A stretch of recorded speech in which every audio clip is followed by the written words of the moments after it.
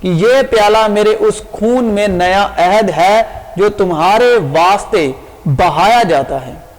پرانا خمیر نکال کر اپنے آپ کو پاک کر لو تاکہ تازہ گندا ہوا آٹا بن جاؤ۔ ابھی اس وقت میں آپ کو یہ بات بتا دوں کہ خداوند کی بادشاہت یہ ہے کہ جنہوں نے روح القدس حاصل کر لیا ہے، جن کے اوپر روح القدس نازل ہو چکا ہے، وہ خداوند کی بادشاہت میں ہے، وہی خداوند کی بادشاہت ہے۔ اور تب تک آپ نے خداوند مسیح یسوع کی موت کو یاد کرتے رہنا ہے جب تک آپ کے پاس روح القدس نہیں آتا، کیونکہ روح القدس ہی ہے جو یسوع کی باتیں یاد دلاتا ہے اور یسوع کی باتوں میں سکھاتا ہے، باتوں سے سکھاتا ہے، کیونکہ تب آپ موت کا اظہار کرنے والے نہیں بلکہ مسیح یسوع کی زندگی کا اظہار کرتے ہو، یعنی کہ زندہ ہونے کا اظہار کرتے ہو۔ جو ایمان والا، جو وشواشی روح القدس پا چکا، وہ مسیح یسوع کی زندہ ہونے کے دن کا، مسیح یسوع کے زندہ ہونے کا اقرار کرتا ہے۔ لیکن جس نے روح القدس نہیں پایا، جس میں روح القدس کا ابھی تک اس پر آنکھیں نہیں کھلی، ان کی دل کی آنکھیں نہیں کھلی، تو وہ موت کا ہی اظہار کرتا ہے۔ ٹھیک ہے، تو خداوند کی بادشاہت یہی ہے کہ میں اپنا اطمینان تمہیں دیے جاتا ہوں، اور روح القدس جو میری باتوں میں سے سکھائے گا اور میری باتیں یاد دلائے گا، یہ ہے خداوند کی بادشاہت۔ پرانا خمیر نکال کر اپنے آپ کو پاک کر لو تاکہ تازہ گندا ہوا آٹا بن جاؤ، چنانچہ تم بے خمیر ہو، کیونکہ ہمارا بھی فسح یعنی مسیح قربان ہوا۔ پس آؤ ہم عیدیں کریں، نہ پرانے خمیر سے اور نہ بدی اور شرارت کے خمیر سے، بلکہ صاف دل اور سچائی کی بے خمیر روٹی سے۔ سچائی کا مطلب سچائی کی روح، اور روح صاف دل میں آتا ہے جس کو خداوند کا پاک لہو دھوتا ہے۔ اور خداوند نے موسیٰ سے کہا، بنی اسرائیل سے کہہ کہ جب تم اس ملک میں جو میں تم کو دیتا ہوں داخل ہو جاؤ اور اس کی فصل کاٹو، تو تم اپنی فصل کے پہلے پھلوں کا ایک پلا کاہن کے پاس لانا۔ اب کاہن کون ہے؟ ہمارا سچا خداوند یسوع مسیح۔ جب آپ روح القدس حاصل کر لیتے ہو تو آپ میں جب اس کا پہلا پھل، یعنی کہ اس کا پہلا پھل صبر، محبت، پہلا پھل ہی محبت ہے۔ ٹھیک ہے، پہلا پھل محبت ہے۔ تو تم اپنے کاہن کے پاس لانا۔ ہمارا کاہن کون ہے؟ ہمارا کاہن کون ہے؟ مسیح یسوع۔ ہمیں محبت کا پھل مسیح یسوع کے پاس لانا ہے، اور وہ اسے خداوند کے حضور ہلائے تاکہ وہ تمہاری طرف سے قبول ہو، اور کاہن اسے سبت کے دوسرے دن صبح کو ہلائے۔ اور جس دن تم پولے کو ہلواؤ اسی دن ایک نر بیاب یکسالہ برہ سوختنی قربانی کے طور پر خداوند کے حضور گزرانا، اور اس کے ساتھ نظر کی قربانی کے لیے تیل ملا ہوا میدہ ایفا کے 2.5 حصے کے برابر ہو، تاکہ وہ عطاشین قربانی کے طور پر خداوند کے حضور راحت انگیز خوشبو کے لیے جلائی جائے، اور اس کے ساتھ میں کا 53 ہی کے 4 حصے کے برابر میں لے کر کرنا۔ اور جب تک تم اپنے خدا کے لیے یہ چڑھاوا نہ لے آؤ اس دن تک نئی فصل کی روٹی یا بھونا ہوا اناج یا ہری بالیں ہرگز نہ کھانا۔ تمہاری ساری سوختن گاہوں میں پشت در پشت ہمیشہ یہی عائن رہے گا۔ لیکن فی الواقع مسیح مردوں میں سے جی اٹھا ہے، اور جو سو گئے ہیں ان میں پہلا پھل ہوا۔ لیکن فی الواقع مسیح مردوں میں سے جی اٹھا ہے، اور جو سو گئے ہیں ان میں پہلا پھل ہوا، کیونکہ جب آدمی کے سبب سے موت آئی تو آدمی ہی کے سبب سے مردوں کی قیامت بھی آئی، اور جیسے آدم میں سب مرتے ہیں ویسے ہی مسیح میں سب زندہ کیے جائیں گے، لیکن ہر ایک اپنی اپنی باری سے پہلا پھل مسیح، پھر مسیح کے آنے پر اس کے لوگ۔ اور تم سبت کے دوسرے دن سے جس دن ہلانے کی قربانی کے لیے پلا لاؤ گے گننا شروع کرنا جب تک 7 سبت پورے نہ ہو جائیں،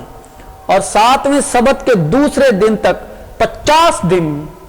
گن لینا، تب تم خداوند کے لیے نذر کی نئی قربانی گزرانا۔ تم اپنے گھروں میں سے ایفا کے 2/2 حصے کی وزن کے میدے کے 2 گردے ہلانے کی قربانی کے لیے لانا، ہلانے کی قربانی کے لیے لے آنا، وہ خمیر کے ساتھ پکائے جائیں تاکہ خداوند کے لیے پہلے پھل ٹھہریں۔ اور ان گردوں کے ساتھ ہی تم 7 یکسالہ بیعیب برے اور 1 بچڑا اور 2 مینڈے لانا، تاکہ وہ اپنی اپنی نظر کی قربانی اور تپاون کے ساتھ خداوند کے حضور سوختنی قربانی کے طور پر گزرانے جائیں، اور خداوند کے حضور راحت انگیز خوشبو کی عطاشن قربانی ٹھہریں۔ اور تم خطا کی قربانی کے لیے 1 بکرا اور سلامتی کے ذبیحے کے لیے 2 یکسالہ نر برے چڑھانا، اور کہیں ان کو پہلے پھل کے دونوں گردوں کے ساتھ لے کر ان دونوں بروں سمیت ہلانے کی قربانی کے طور پر خداوند کے حضور ہلائے، وہ خداوند کے لیے مقدس اور کاہن کا حصہ ٹھہریں۔ اور تم آئیں اسی دن اعلان کر دینا اس روز تمہارا مقدس مجمع ہو، تم اس دن کوئی خادمانہ کام نہ کرنا، تمہاری ساری سکونت گاہوں میں پشت در پشت سدا یہیں آئے رہے گا۔ جب عید پینتیکست کا دن آیا تو وہ سب ایک جگہ جمع تھے کہ یکایک آسمان سے ایسی آواز آئی جیسے زور کی آندھی کا سناٹا ہوتا ہے، اور اس سے سارا گھر جہاں وہ بیٹھے تھے گونج گیا، اور انہیں آگ کے شعلے کی سی پھٹی ہوئی زبانیں دکھائی دی، اور ان میں سے ہر ایک پر آگ ٹھہری، اور وہ سب روح القدس سے بھر گئے اور غیر زبانیں بولنے لگے جس طرح روح نے انہیں بولنے کی طاقت بخشی۔ اور ہر قوم میں سے جو آسمان کے تلے ہے خدا ترس یہودی یروشلم میں رہتے تھے۔ جب یہ آواز آئی تو بھیڑ لگ گئی اور لوگ دنگ ہو گئے، کیونکہ ہر ایک کو یہی سنائی دیتا تھا کہ یہ میری ہی بولی بول رہے ہیں، اور سب حیران اور متعجب ہو کر کہنے لگے، دیکھو یہ بولنے والے کیا سب گلیلی نہیں؟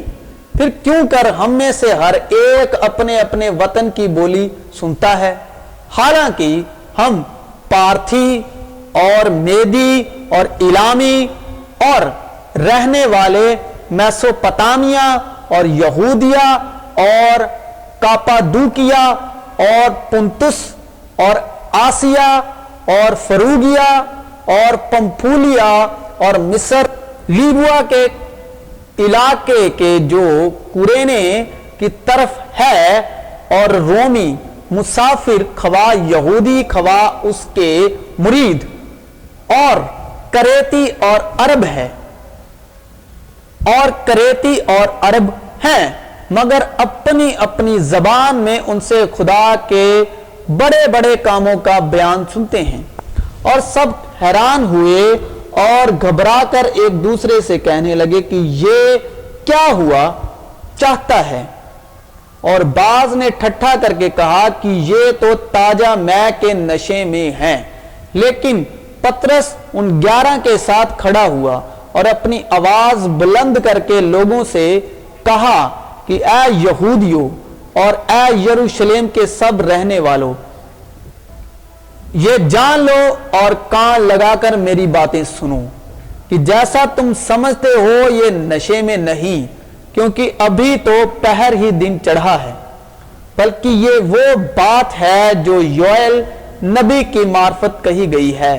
کہ خدا فرماتا ہے کہ آخری دنوں میں ایسا ہوگا کہ میں اپنی روح میں سے ہر بشر پر ڈالوں گا، اور تمہارے بیٹے اور تمہاری بیٹیاں نبوت کریں گی، اور تمہارے جوان رویا اور تمہارے بڈھے خواب دیکھیں گے، بلکہ میں اپنے بندوں اور اپنے بندیوں پر بھی ان دنوں میں اپنی روح میں سے ڈالوں گا، اور وہ نبوت کریں گی، اور میں اوپر آسمان پر عجیب کام اور نیچے زمین پر نشانیاں یعنی خون اور آگ اور دھوئیں کا بادل دکھاؤں گا، سورج تاریک اور چاند خون ہو جائے گا، پیشتر اس سے کہ خداوند کا عظیم اور جلیل دن آئے، اور یہ ہوگا کہ جو کوئی خداوند کا نام لے گا نجات پائے گا۔ اسرائیلیوں، یہ باتیں سنو کہ یسوع ناصری ایک شخص تھا جس کا خدا کی طرف سے ہونا تم پر ان معجزوں اور عجیب کاموں اور نشانوں سے ثابت ہوا جو خدا نے اس کی معرفت تم میں دکھائے، چنانچہ تم اپنی ہی جانتے ہو۔ جب وہ خدا کے مقررہ انتظام اور علم سابق کے موافق پکڑوایا گیا تو تم نے بے سہارا لوگوں کے ہاتھ سے اسے صلیب دلوا کر مار ڈالا، لیکن خدا نے موت کے بند کھول کر اسے جلایا، کیونکہ ممکن نہ تھا کہ وہ اس کے قبضے میں رہتا، کیونکہ داؤد اس کے حق میں کہتا ہے کہ میں خداوند کو ہمیشہ اپنے سامنے دیکھتا رہا، کیونکہ وہ میری دائنی طرف ہے تاکہ مجھے جنبش نہ ہو۔ اسی سبب سے میرا دل خوش ہوا اور میری زبان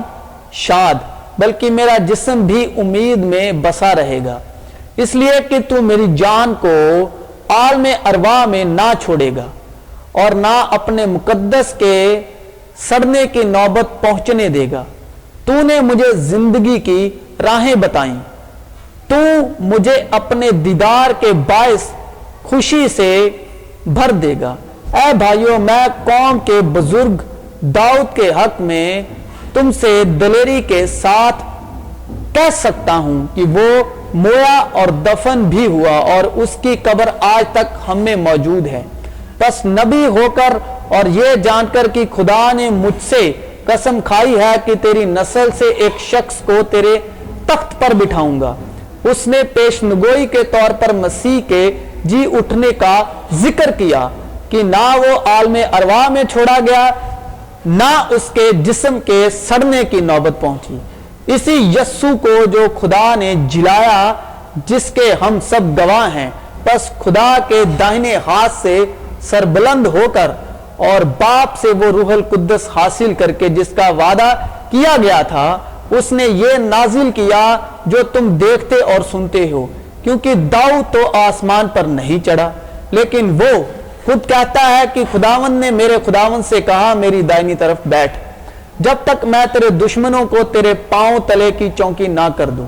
پس اسرائیل کا سارا گھرانہ یقین جان لے کہ خدا نے اسی یسوع کو جسے تم نے صلیب دی، خداوند بھی کیا، مسیح بھی،